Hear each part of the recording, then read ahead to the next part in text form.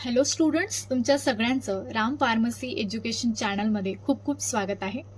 आज आपण बायोकेमिस्ट्रीचा second chapter start करत आहोत, दॅट इज कार्बोहायड्रेट मेटाबॉलिझम. ठीक आहे. तर कार्बोहायड्रेट मेटाबॉलिझम म्हणजे काय? इथे आपण कार्बोहायड्रेटच्या ज्या सायकल्स व्हेरियस मेटाबॉलिझमच्या त्या या चॅप्टरमध्ये स्टडी करणार आहोत. दॅट इज ग्लायकोलायसिस झालं, सिट्रिक ॲसिड सायकल झालं, HMP शंट आणि इट्स सिग्निफिकन्स झालं, ग्लायकोजन मेटाबॉलिझमचे पाथवेज बघणार आहोत आणि ग्लायकोजन स्टोरेजमुळे कोणकोणते डिसीजेस कॉज होतात ते आपण इथे बघणार आहोत. ग्लुकोनिओजेनेसिस, हार्मोनल रेग्युलेशन कसं केलं जातं, ब्लड ग्लुकोज लेवलचं अँड डायबिटीज मेलायटस या सगळ्या टॉपिक्सबद्दल आपण ह्या चॅप्टरमध्ये स्टडी करणार आहोत. ठीक आहे. आणि हा चॅप्टर एक्झाम ओरिएंटेशनने खूप इम्पॉर्टंट चॅप्टर आहे. इथे 10 मार्क्सचे जे क्वेश्चन आहे ते मोस्टली विचारले जातात ह्या चॅप्टरमधून. ठीक आहे. तर आपण चॅप्टरला स्टार्ट करूयात. सगळ्यात पहिल्यांदा आपण सुरुवात करूयात मेटाबॉलिझम पासून. तर सगळ्यात पहिल्यांदा व्हॉट इज मेटाबॉलिझम? मेटाबॉलिझम म्हणजे काय? तर सिम्पली मेटाबॉलिझम म्हणजे काय की आपण जी पण गोष्टी आपल्या शरीरात जातात किंवा आपण इट करतो त्या सगळ्या मेटाबॉलाइज होतात. म्हणजे काय की काही म्हणजे जर आपण चपाती खाल्ली समजा, ठीक आहे, तर ती काय होईल, स्मॉल स्मॉल पार्ट्समध्ये ब्रेकडाऊन होईल आणि आपल्या बॉडीमध्ये डायजेस्ट होईल आणि उरलेलं जे अनडायजेस्टेड मटेरियल आहे ते काय होऊन जाईल, बॉडीमधून एक्सट्रीट होऊन जाईल. किंवा मग अशा गोष्टी की आपल्या बॉडीमध्ये नवीन नवीन हार्मोन्स असो किंवा मग सेल्स असो त्या काय होत असतात, सिंथेसाइज होत असतात.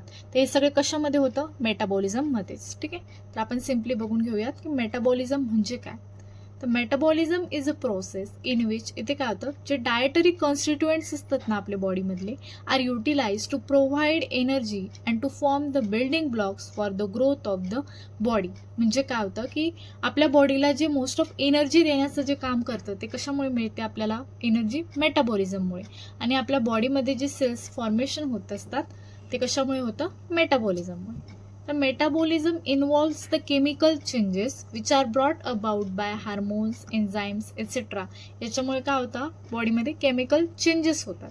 तर मेटाबॉलिझममध्ये मेनली 2 प्रोसेस असतात. Catabolism that is the breakdown of the complex substance and anabolism म्हणजे इथे काय होतं, स्मॉल मॉलिक्यूलपासून नवीन मॉलिक्यूल काय होतो, सिंथेसाइज होतो. ठीक आहे. तर कॅटाबॉलिझम म्हणजे काय, a biochemical process in which large and complex molecules जे आहेत ते काय होतात तिथे are broken down or degraded into smaller and simpler molecules. म्हणजे काय, कॅटाबॉलिझम.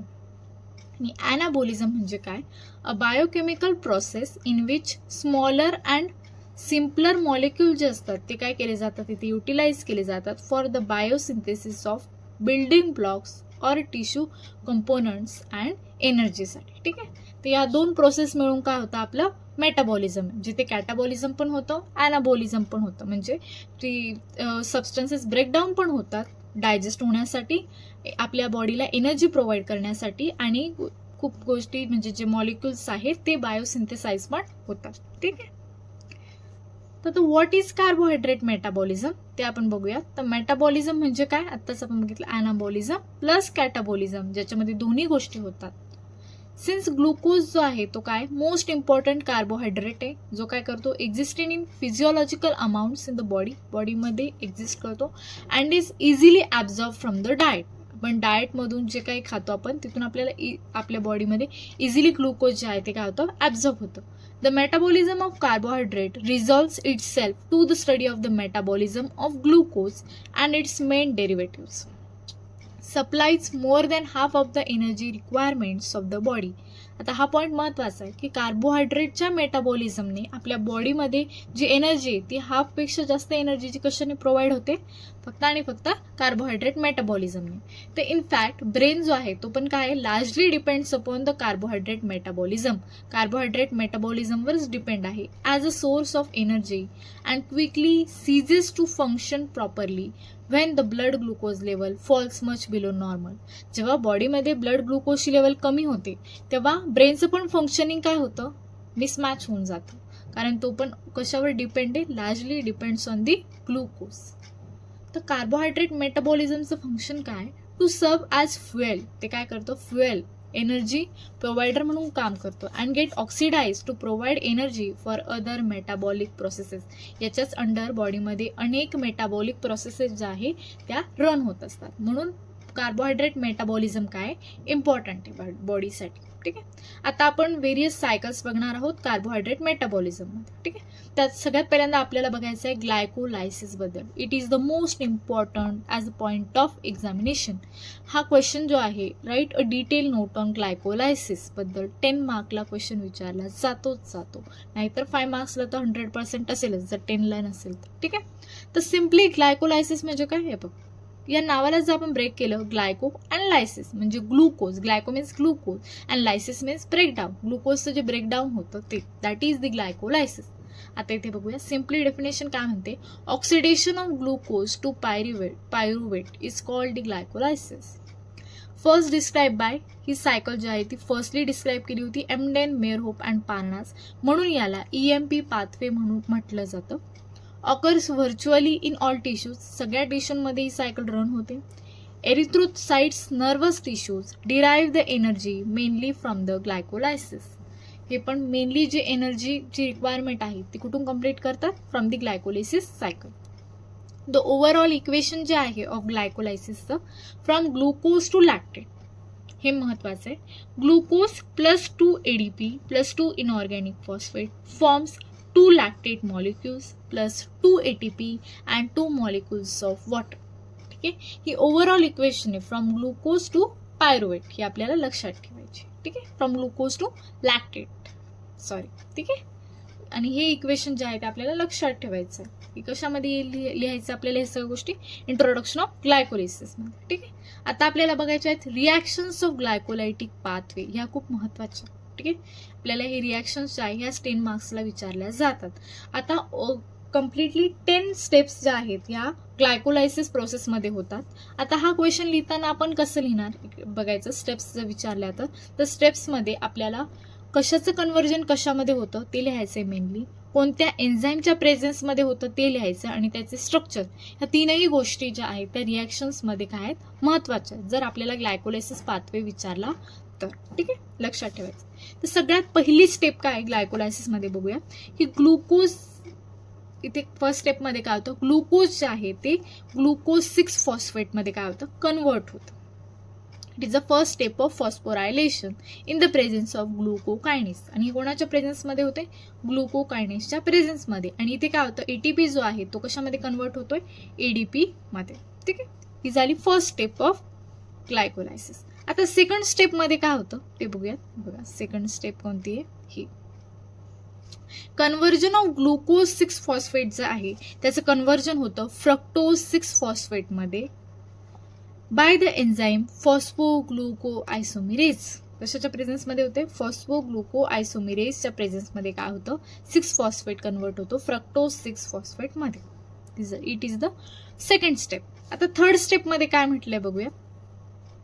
थर्ड स्टेप जी आहे तिथे काय होतं, फ्रक्टोज 6 फॉस्फेटचं कन्व्हर्जन होतं फ्रक्टोज 1,6 डायफॉस्फेट मध्ये. आता इथे पुन्हा काय होतं, फ्रक्टोज 6 फॉस्फेटचं काय होतं, पुन्हा फॉस्फोरायलेशन होतं at the first position in the presence of phosphofructokinase. It is the third step of glycolysis. आणि या 3ही स्टेप्स ज्या आहेत यांना काय म्हणतात, प्रिपरेटरी स्टेप्स और प्रिपरेटरी स्टेजेस ऑफ ग्लायकोलायसिस. ठीक आहे. आता स्टेप 4 मध्ये काय म्हटलंय बघूया. स्टेप 4 मध्ये काय होतं की actual splitting of fructose 1,6 diphosphate जे आहे त्याचं काय होतं, स्प्लिटिंग होतं इन 2 मॉलिक्युल्स मध्ये, glyceraldehyde 3 phosphate and dihydroxy acetone phosphate in the presence of aldolase. कशामध्ये होतं, in the presence of aldolase. काय होतं, त्याचं ब्रेकडाऊन होतं 2 मॉलिक्युल्स मध्ये. तर पुढची स्टेप काय सांगते, इंटरकन्व्हर्जन ऑफ ट्रायोज फॉस्फेट्स. इथे काय होतं, इंटरकन्व्हर्जन्स होतात. म्हणजे हा डायहायड्रॉक्सी ऍसिटोन फॉस्फेट आणि ग्लिसरल्डिहाइड 3 फॉस्फेट जे आहे त्याचं कन्व्हर्जन होतं ट्रायोज फॉस्फेट आयसोमेरेजच्या प्रेझेन्समध्ये ग्लिसरल्डिहाइड 3 फॉस्फेट. ठीक आहे. It is the 5th step. तर पुढच्या स्टेपमध्ये काय म्हटलंय बघूया. ऑक्सिडेशन ऑफ ग्लिसरल्डिहाइड 3 फॉस्फेट जे आहे याचं काय होतं, आता इथे ऑक्सिडेशन होणार in 1,3 bis phosphoglycerate in the presence of glyceraldehyde 3 phosphate डिहायड्रोजनेसच्या प्रेझेन्समध्ये. आणि इथेच काय होतं, 2 NAD प्लसचे जे मॉलिक्युल आहेत ते कन्वर्ट होतात 2 NAD प्लस 2H प्लस मध्ये. ठीक आहे. It is the 6th step of glycolysis. आता या 2 मिनिटं ओके. आता या 1,3 बिसफॉस्फोग्लिसरेट जे आहे याचं पुन्हा कन्व्हर्जन कशामध्ये होईल, 3-फॉस्फोग्लिसरेट मध्ये in the presence of phosphoglycerate kinase. आणि इथेच काय होतं की 2 ADP जे मॉलिक्युल्स आहेत ते कन्वर्ट होता इंटू 2 ATP मॉलिक्युल्स. ठीक आहे, it is the 7th step. आता 8व्या स्टेपमध्ये काय होतंय की कन्व्हर्जन ऑफ हे 3-फॉस्फोग्लिसरेट जे आहे त्याचं कन्व्हर्जन होणार 2-फॉस्फोग्लिसरेट मध्ये in the presence of phosphoglycerase म्युटेसच्या प्रेझेन्स. ठीक आहे, म्युटेसच्या प्रेझेन्समध्ये कशात कन्वर्ट होणार आहे, 2-फॉस्फोग्लिसरेट मध्ये. आणि 2-फॉस्फोग्लिसरेट जे आहे ते कन्वर्ट होणार फॉस्फोइनॉल पायरुवेट मध्ये. आणि याच्यातून काय होणार, 2 वॉटर मॉलिक्युल्स जे आहेत ते काय होतील, लॉस होतील in the presence of enolase. आणि कशाच्या प्रेझेन्समध्ये होत आहे, इनोलेजच्या प्रेझेन्समध्ये. आणि 10th स्टेपमध्ये काय होईल, फॉस्फोइनॉल पायरुवेट जे आहे ते कन्वर्ट होईल पायरुवेट मध्ये in the presence of pyruvate kinase. आणि इथे काय होतं की 2 ADP मॉलिक्युल्स जे आहेत ते पुन्हा कन्वर्ट होतात इंटू 2 ATP मॉलिक्युल्स मध्ये. तर these are the 10 steps included in the glycolysis process. ठीक आहे, तर ह्या स्टेप्स विचारताना आपल्याला हे आपण एक स्कीमॅटिक रिप्रेझेंटेशन बघितलं, बरोबर. हे पण आपल्याला रिप्रेझेंट करायचं आहे आणि एक एक स्टेप जी आहे ती सेपरेटली एक्सप्लेन करायची आहे with the help of diagrams. ठीक आहे, जर हा क्वेश्चन 10 मार्क्सला असेल तर. हे बघितलं आपण रिॲक्शन्स ऑफ ग्लायकोलायसिस. आता आपल्याला बघायचं त्याच्या एनर्जेटिक्स ऑफ ग्लायकोलायसिस. ठीक आहे, की आपण ग्लायकोलायसिसच्या सायकलमध्ये किती एनर्जी गेन केली. ठीक आहे, की आपल्याला किती ATP मॉलिक्युल्स आहे ते लागले. ठीक आहे, तर स्टेज 1 मध्ये जी ग्लुकोकायनेसची जी प्रोसेस होती फॉर फॉस्फोरायलेशनची, तिथे काय केलं आपण, 1 ATP यूज केला. आता इथे 2 गोष्टी असतात, ATP किती आपण यूज केले ते, आणि दुसरी गोष्ट ATP किती फॉर्म होत आहे ते. ठीक आहे, तर सगळ्यात पहिली जी स्टेज होती दॅट इज प्रिपरेटरी स्टेज, त्याच्यामध्ये काय होत होतं, फॉस्फोरायलेशनच्या स्टेप्स होत होत्या. मग तिथे आपण ATP काय केलाय, यूज केला. तर सगळ्यात पहिली प्रोसेस जी होती ग्लुकोकायनेसची तिथे आपण 1 ATP यूज केला. आणि दुसरी प्रोसेस जी होती फॉस्फोफ्रक्टोकायनेसची तिथे पण आपण 1 ATP यूज केला, म्हणजे नेट आपण 2 ATP यूज केले. स्टेज 2 मध्ये ग्लिसरल्डिहाइड 3-फॉस्फेट डिहायड्रोजिनेस जो एन्झाईम आहे तिथे आपले काय झाले, 6 ATP फॉर्म झाले, बरोबर. आणि 4th स्टेपमध्ये फॉस्फोग्लिसरेट कायनेस जो आहे सबस्ट्रेट लेवल फॉस्फोरायलेशन, इथे आपले 2 ATP फॉर्म झाले. आणि स्टेज 4 मध्ये जी लास्टची होती तिथे पायरुवेट कायनेसच्या प्रेझेन्समध्ये सबस्ट्रेट लेवल फॉस्फोरायलेशन, तिथे 2 ATP फॉर्म झाले, म्हणजे नेट आपण 2 ATP यूज केले, बरोबर. 10 ATP टोटली इथे फॉर्म झाले आणि नेट गेन जो झाला तो आपल्याला होता 8 ATPचा. ठीक आहे, टोटली आपल्याला ग्लायकोलायसिस म्हणून किती ATP फॉर्म झालेत, 8 ATP जे आहेत ते आपले काय झाले, फॉर्म झाले. That is the energetics of glycolysis. ते आपल्याला लक्षात ठेवायचं. ठीक आहे, आपल्याला मेन्शन करायचं. आता आपण बघणार आहोत significance of glycolysis. What is the importance of glycolysis, चे इम्पॉर्टन्स काय ते आपल्याला बघायचं आहे. तर हा एक युनिव्हर्सल सेंट्रल पाथवे आहे ऑफ ग्लुकोज मेटाबॉलिझम मध्ये. द लार्जेस्ट फ्लक्स जो आहे ऑफ कार्बनचा तो कशामध्ये होतो, ऑकर्स इन मोस्ट सेल्स मध्ये होतो. Some plant tissues which are modified ते काय करतात, derive most of their energy from glycolysis. त्यांना मोस्ट ऑफ जी एनर्जी आहे ती ग्लायकोलिसिसच्या सायकलमधून मिळते. इन प्लांट्समध्ये ग्लायकोलिसिस जे आहे ते काय, की मेटाबॉलिक कंपोनंट आहे ऑफ द रेस्पिरेटरी प्रोसेस मधलं, which generates energy in the form of ATP. जिथे एनर्जी जी आहे ती ATPच्या फॉर्म मध्ये काय होते, प्रोड्यूस होते. अनएरोबिक मायक्रो ऑर्गॅनिझम्स जे आहेत are entirely dependent on glycolysis. हे फक्त आणि फक्त काय असतात, ग्लायकोलिसिसवरच डिपेंड असतात. मॅमेलियन टिश्यूज जे आहेत such as renal, medulla and brain solely dependent on glycolysis for major sources of metabolic energy. ठीक आहे, हे पूर्णपणे काय आहेत की ग्लायकोलिसिस सायकलवरच डिपेंड आहेत. That is the significance of glycolysis, की ग्लायकोलिसिसची इम्पॉर्टन्स काय. ठीक आहे, हे सगळं आपल्याला ग्लायकोलिसिस मध्ये काय करायचंय, मेन्शन करायचंय फॉर 10 मार्क्स. ठीक आहे, तर इथे आपण इथं काय की पॉइंट्स घेतलेले आहेत हे तुम्ही लक्षात ठेवा आणि पेपरमध्ये हेच तुम्हाला काय करायचे, इलॅबोरेट करायचे. ठीक आहे, तुम्हाला इझी होईल आणि सगळ्यात इझी लँग्वेजमध्ये आपण घेतले म्हणून तुम्हाला काही समजणार नाही असं होणार नाही. ठीक आहे, इझी लँग्वेज आहे, तुम्ही एकदा वाचलं तरी कळणार आहे, लेक्चर बघितलं तर अजून व्यवस्थित समजणार. ठीक आहे, पेपरला तुम्ही इझिली लिहू शकता. That is about the all about the glycolysis. ठीक आहे, it is important according to the examination, म्हणून तुम्ही याला मार्क करून ठेवा. नेक्स्ट सायकल आपण बघणार आहोत, that is tricarboxylic acid cycle. It is also important according to examination.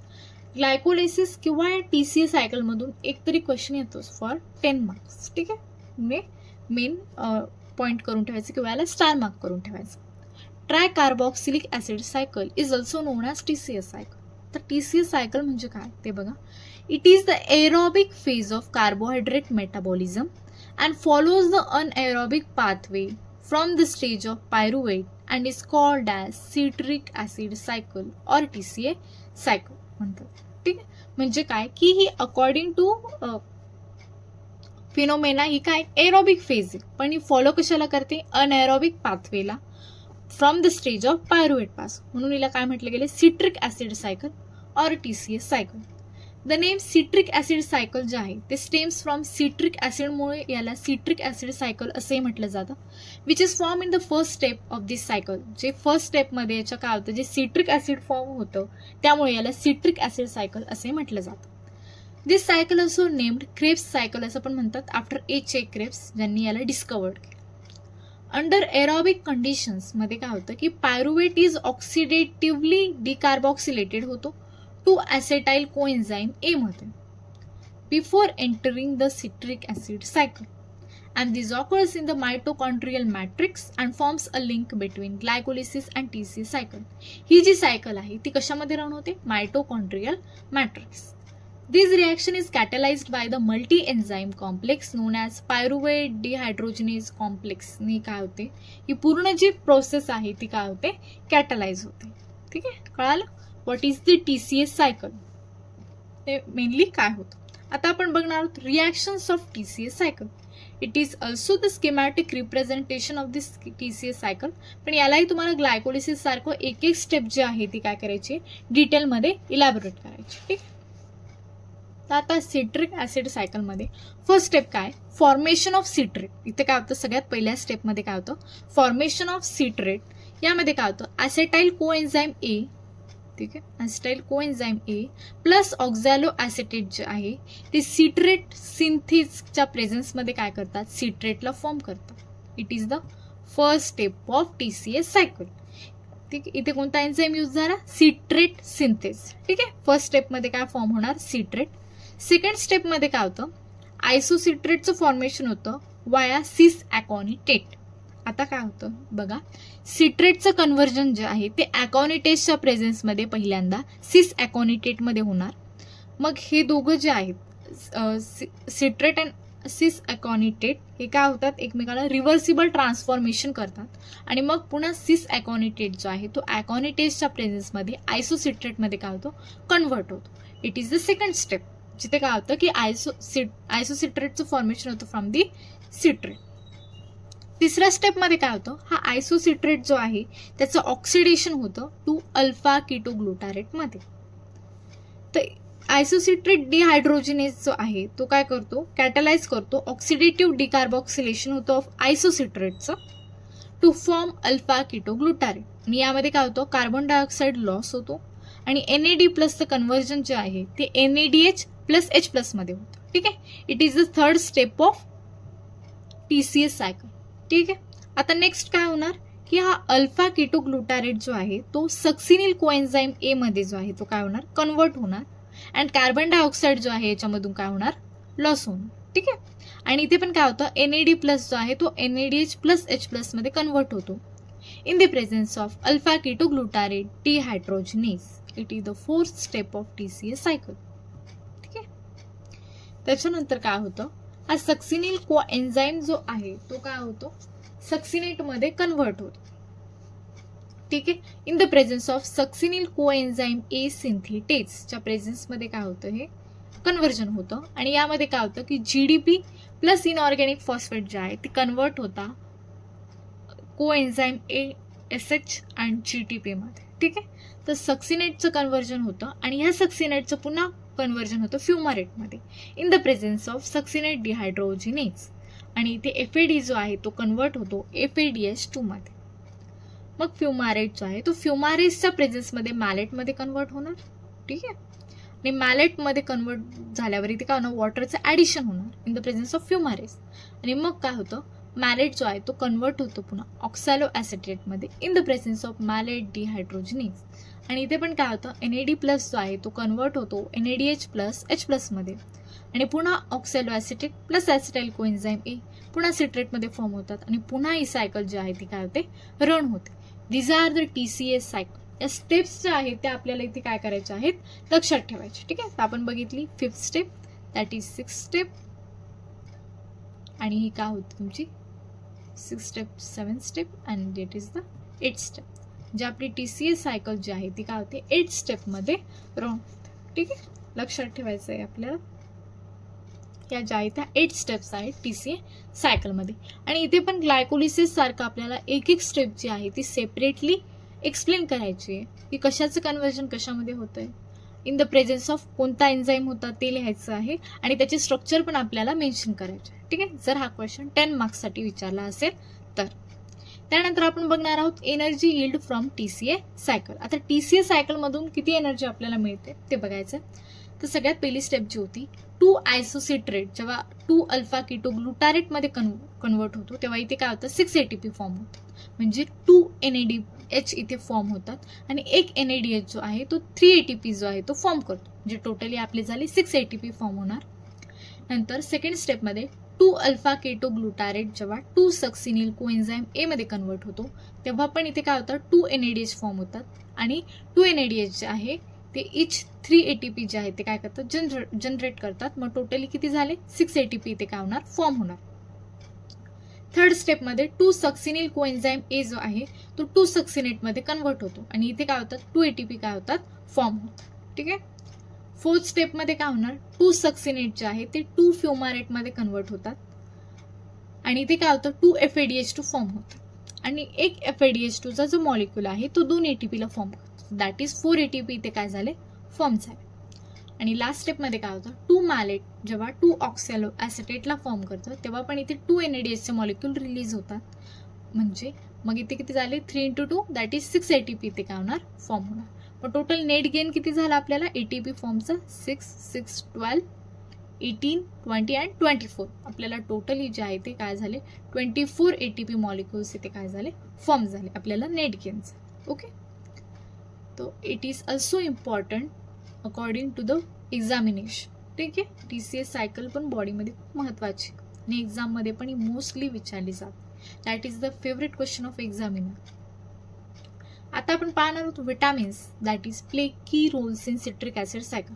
आता सिट्रिक ऍसिड सायकल जेव्हा रन होते तेव्हा काही विटामिन्स जे आहेत ते त्यांचा काय काय इम्पॉर्टंट रोल आहे ते आपण बघणार. इथे आपण फक्त विटामिनचे नावं जरी लक्षात ठेवले तरी चालेल. ठीक आहे, तर फर्स्ट एन्झाइम आहे रायबोफ्लेविन. आता रायबोफ्लेविन बद्दल काय म्हटलंय बघा, in the form of flavin adenine dinucleotide a cofactor in the alpha ketoglutarate dehydrogenase complex आणि सक्सिनेटेड डिहायड्रोजनेज या ज्या स्टेप्स आहे याच्यामध्ये काय करतं, मेन रोल प्ले करतो कोण, रायबोफ्लेविन. ठीक आहे. सेकंड एन्झाइम आहे नियासिन. आता नियासिन काय करतो, in the form of nicotinamide adenine dinucleotide the coenzyme for 3 dehydrogenase in the cycle isocitrate dehydrogenase alpha ketoglutarate dehydrogenase and malate dehydrogenase मध्ये काय करतो तो या फॉर्म मध्ये हेल्पफुल असतो कोण, नियासिन. तिसरा विटामिन आहे thiamine.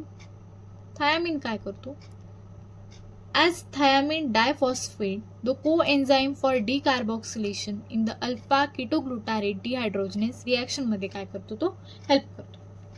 Then fourth vitamin is pantothenic acid.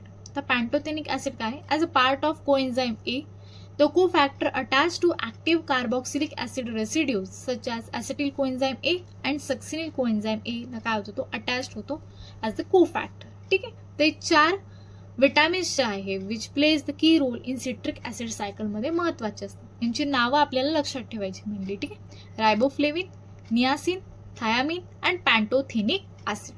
ठीक आहे. आता आपल्याला बघायचं the citric acid cycle which takes part in fatty acid synthesis. आता सिट्रिक ऍसिड सायकल जी आहे ती फॅटी ऍसिड सिंथेसिस साठी पण खूप महत्वाची आहे किंवा मग आपण असं म्हणू शकतो की मेन रोल प्ले करते. ठीक आहे. आता सिट्रिक ऍसिड सायकल मध्ये आपण बघितलं की पायरुवेट जो आहे तो पायरुवेट डिहायड्रोजिनेसच्या प्रेझेन्समध्ये ॲसिटाइल कोएन्झाईम ए फॉर्म करतो आणि ॲसिटाइल कोएन्झाईम ए प्लस ऑक्झॅलो ॲसिटेट जे आहे ते काय करतात इथे सिट्रेटला फॉर्म करतात, बरोबर. आणि हे सिट्रेट जे आहे ते या मायटोकॉन्ड्रियलची ही काय आहे मेम्ब्रेन, या मेम्ब्रेनला क्रॉस करून काय करतं हे बाहेर सायटोप्लाझम मध्ये येतं आणि मग हे सिट्रेट जे आहे इथून एटीपी सिट्रेट लयेज हा एन्झाईम जो आहे हा रिलीज होतो आणि सिट्रेट जे आहे ते ॲसिटिल कोएन्झाईम ए मध्ये कन्वर्ट होतं आणि मग इथून काय होतं फॅटी ॲसिड्सचं फॉर्मेशन. ठीक आहे. तर हे कशा थ्रू होतंय टीसीएस सायकल आणि पुन्हा इथे काय होतंय की मायटोकॉन्ड्रियामध्ये टीसीएस सायकल जे आहे काय होते रन होते. ठीक आहे. तो म्हणून फॅटी ऍसिड सिंथेसिससाठी पण टीसीएस सायकल जे आहे ते काय मोस्ट इम्पॉर्टंट आहे. आपण क्वेश्चन मेनली 3 मार्क्ससाठी विचारला. ठीक आहे. तो इट इज ऑल अबाउट आपण आतापर्यंत जे काय पाहिलं ते सगळं काय बघितलं ग्लायकोलिसिस बद्दल आणि टीसीएस सायकल बद्दल आपण डिटेलमध्ये बघितलं. These are the main pathways of the carbohydrate metabolism and important according to the examination. हे पर्टिक्युलर 10 मार्क्ससाठी हा क्वेश्चन विचारला जातो किंवा मग 5 मार्क्ससाठी तर येतोच येतो. ठीक आहे.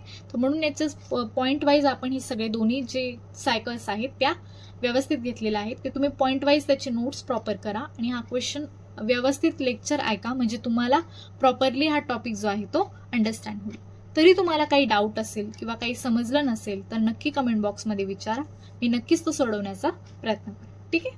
लेक्चर आवडलं असेल तर नक्की लाईक करा, सबस्क्राईब करा चॅनलला आणि जास्तीत जास्त शेअर करा.